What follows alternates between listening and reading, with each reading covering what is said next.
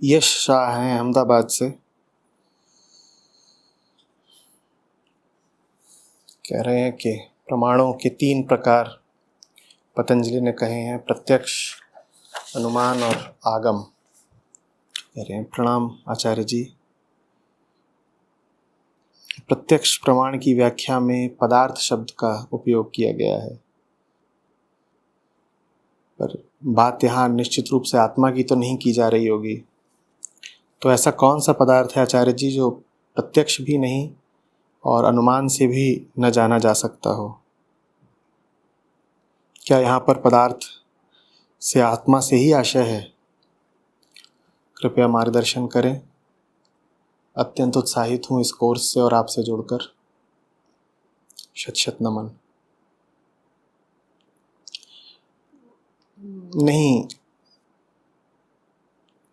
यश, इस सूत्र में जिस पदार्थ की बात की गई है वो मन, बुद्धि, इंद्रियों का विषय मात्र है, आत्मा की बात नहीं की गई है। तो प्रत्यक्ष प्रमाण के संदर्भ में कहा गया है कि वृत्ति होती है जीव की, उसको ही प्रामाणिक मानना जो मन के, बुद्धि के, वृत्ति के, इंद्रियों के अनुभव में आता हो। यहाँ पर बात सब भौतिक सांसारिक वस्तुओं की हो रही है, अन्य किसी चीज़ की नहीं। फिर कहा है ऐसा कौन सा पदार्थ है आचार्य जी जो प्रत्यक्ष भी नहीं और अनुमान से भी न जाना जा सकता हो? वो पदार्थ वृत्तियों से आगे का है। यहाँ पर पतंजलि ने जो बात करी है वो अलग है, समझो। पतंजलि कह रहे हैं कि वृत्ति प्रमाण पर चलती है और सत्य अप्रमेय है। तो वृत्ति कभी सत्योन्मुखी होती नहीं है। वृत्ति की प्रकृति नहीं है कि वो स्वयं ही सत्य की ओर चल दे। जीव की वृत्तियों की बात कर रहे हैं पतंजलि। वो कह रहे हैं जीव की बड़ी प्रबल वृत्ति होती है कि वो मांगता है प्रमाण, सबूत लाओ, कुछ है तो हम उसको सत्य मानेंगे ही तभी जब उसके पक्ष में प्रमाण उपलब्ध हो। फिर कह रहे हैं कि कौन से 3 तरह के प्रमाण हैं जिनको वृत्ति मान्यता देती है? तो उन्होंने कहा 3 तरह के प्रमाण हैं, प्रत्यक्ष हो गए, अनुमान हो गए, आगम हो गए। प्रत्यक्ष वो कि जो आंखों को ही दिख गया, कि जो त्वचा को स्पर्श में आ गया, जिसकी बात कान ने सुन ली, वो प्रत्यक्ष प्रमाण है। अनुमान प्रमाण क्या है? अनुमान प्रमाण ये है कि जाड़ों में किसी दिन जब बहुत शीतलहर चलने लगती है तो तुम कहते हो लगता है पहाड़ों पे बर्फ गिरी है। बात समझ में आ रही है?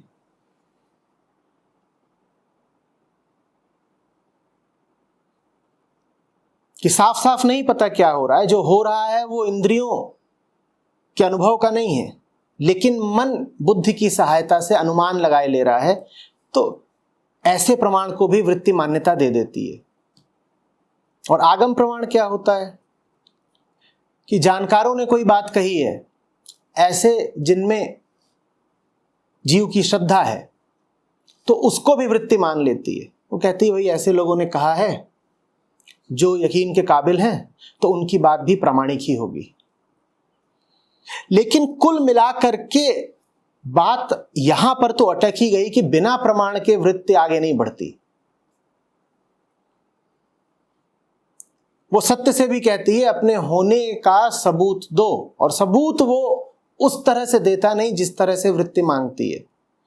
तो इसीलिए जीव की वृत्ति प्रथमतया नास्तिकता की होती है।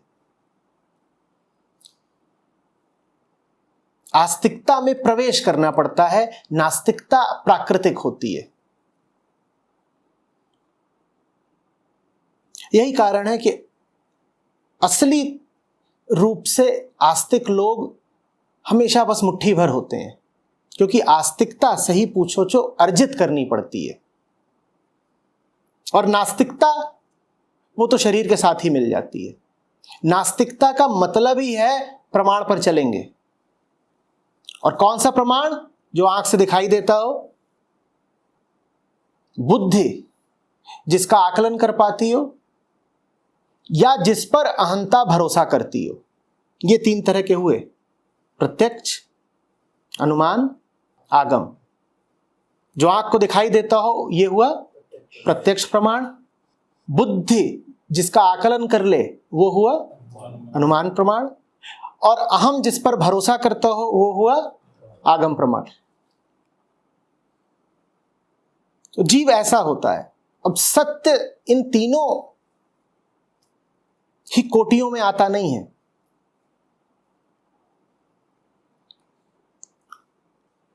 तो इसीलिए नास्तिकता प्रबल है, कह सकते हो सहज है, और आस्तिकता के लिए अपने ही खिलाफ जाना पड़ता है, अपनी ही वृत्ति के विरुद्ध जाना पड़ता है।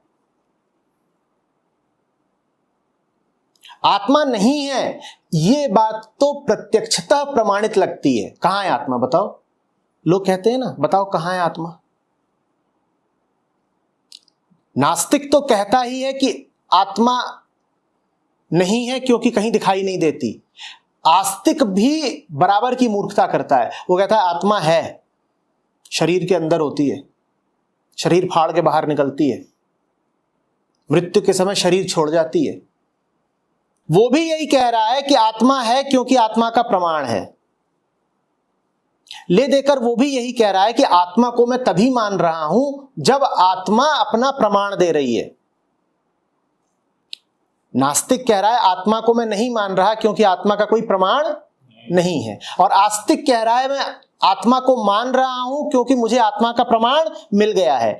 नास्तिक और आस्तिक दोनों में साझी बात क्या है? दोनों कह रहे हैं कि प्रमाण ही आधार है। दोनों में से कोई ये नहीं कह रहा कि प्रमाण हो चाहे ना हो, सत्य प्रमाण से आगे की बात है भाई। प्रमाण मिल गया तो ठीक, नहीं मिला तो क्या हो गया। ये बात तो आस्तिक भी नहीं बोलता, बल्कि आस्तिकों में बड़ी भूख रहती है साबित करने की, सिद्ध करने की कि परमात्मा है, आत्मा है। बताएंगे, प्रयोग किया गया। एक आदमी मर रहा था, उसे कांच के बक्से में डाल दिया, और फिर जैसे ही वो मरा वैसे ही कांच में दरार पड़ गई। तो निश्चित रूप से आत्मा थी, और वो शरीर से रिहा होकर कांच के बक्से को तोड़ करके बाहर भाग गई। तो आस्तिक भी क्या कर रहा है? आस्तिक भी कह रहा है कि चलूंगा तो प्रमाण पर ही चलूंगा। इसी बात को पतंजलि कह रहे हैं कि ये तुम्हारी घोर से घोर, गहरी से गहरी और अंधेरी से अंधेरी वृत्ति है कि तुम हर बात का सबूत मांगते हो, और जिस चीज का तुम्हें प्रमाण मिलता नहीं उसकी तरफ तुम इनकार कर देते हो।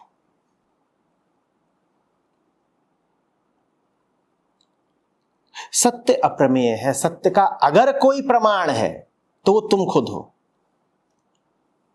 इसी बात को मैं ऐसे कहा करता हूं कि पानी का एक ही प्रमाण होता है, तुम्हारी प्यास। पानी ना होता तो तुम्हें इतनी प्यास क्यों लगती? सत्य माने सुकून, सत्य माने चैन। सत्य ना होता तो तुम्हें इतनी बेचैनी क्यों होती? तो कोई पूछे कि उसका प्रमाण क्या है, तो कहोगे मैं हूं प्रमाण।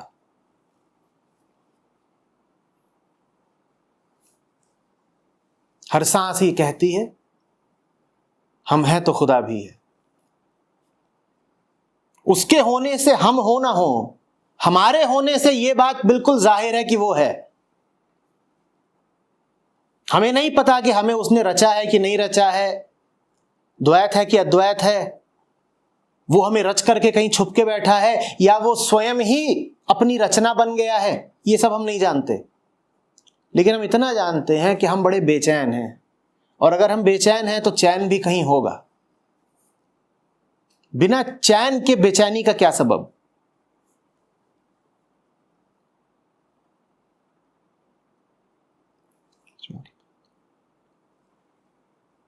लेकिन हम इस प्रमाण को स्वीकार नहीं करना चाहते। बताओ क्यों? हम बाहर तो प्रमाण खोजते हैं, आत्मा कहां है, सत्य कहां है, पर हम खुद जो प्रमाण है, हमारी बेचैनी, हमारी तड़प जो प्रमाण है, हम उस प्रमाण को स्वीकार नहीं करना चाहते। बताओ क्यों? क्योंकि उस प्रमाण को स्वीकार करने के लिए पहले मानना पड़ेगा ना कि बेचैन है। और अहम को ये बात बड़ी अपमानजनक लगती है कि वो स्वीकार कर ले कि इतना कुछ ज्ञान कमा के, धन कमा के, अर्जित करके भी वो अभी बेचैन ही तड़प रहा है। अधिकांश लोग ये मानने को ही नहीं तैयार होते कि उनकी आंतरिक हालत बहुत बहुत खराब है। वो तो ये दिखाना चाहते हैं कि हम कुछ हैं, हमने कुछ हासिल किया है, देखो।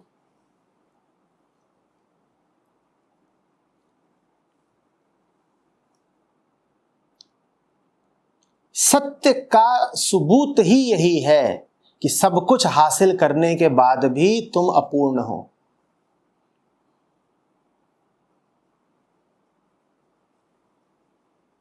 सत्य को तुम हां बोल सको, इसके लिए पहले तुम्हें अपनी सब उपलब्धियों को, चालाकियों को ना बोलना पड़ेगा ना। तुम्हें मानना पड़ेगा कि बुद्धू ही रह गए, असफल ही रह गए, बहुत कमाया पाया कुछ नहीं। ये मानते लाज आती है।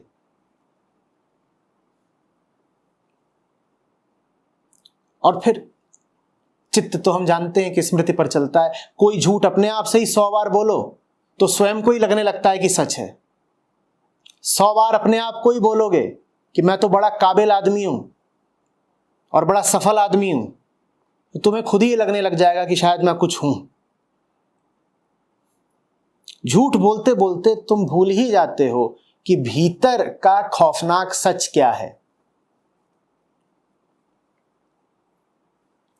जब भूल जाते हो तो फिर जो एकमात्र प्रमाण है सत्य के पक्ष में, वो फिर प्रमाण भी अनुपलब्ध हो जाता है।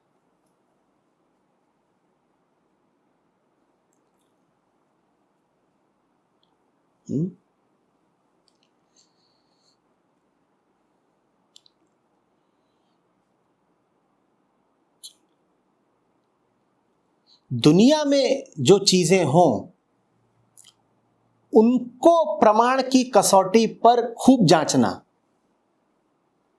और दुनिया में जो चीजें हों उनको प्रमाणित करेंगी इंद्रियां और मन और बुद्धि।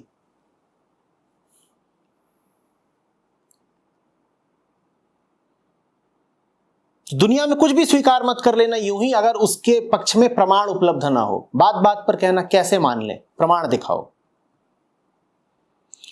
पर जब बात सत्य की आए तो वहां पर प्रमाण मत मांगना। वहां पर कौन तुम्हें प्रमाण देगा?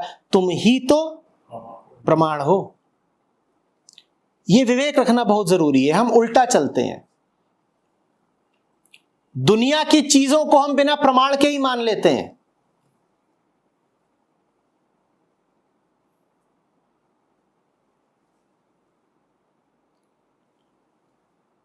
और सत्य के खिलाफ हम प्रमाण की दीवार खड़ी कर देते हैं। हम कहते हैं वहां कोई सबूत नहीं है, इसलिए हम मानेंगे नहीं। और जो मानते भी हैं वो इस तरह मानते, कहते हैं कि हमें मिला ना सबूत। कहां मिला सबूत? वो मिस्र के पिरामिडों में ईश्वर के होने का सबूत अभी मिला है ताजा ताजा, तो इसलिए हम मानते हैं कि ईश्वर है। ये पागलपन है।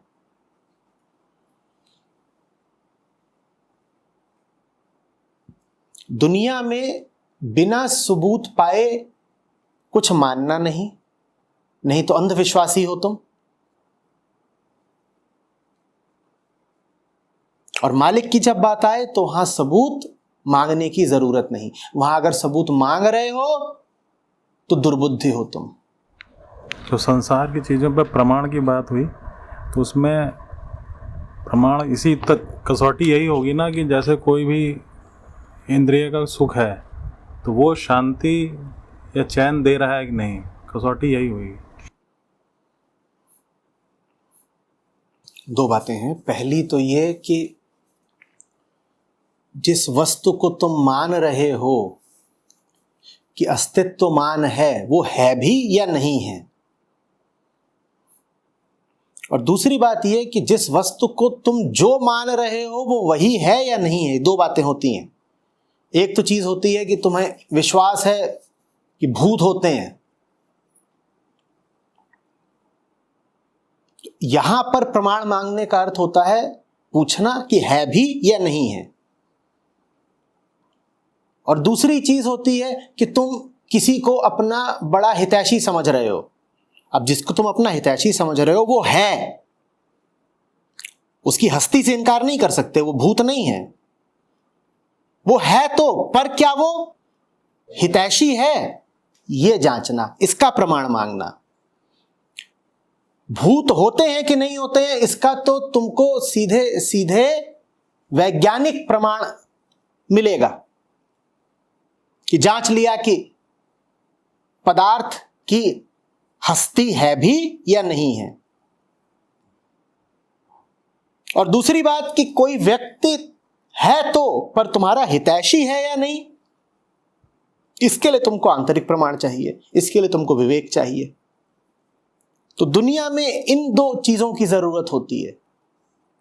पदार्थ की सत्ता भी है या नहीं इसके लिए चाहिए विज्ञान, और जो तुमको जैसा लग रहा है वैसा है या नहीं ये जानने के लिए चाहिए विवेक।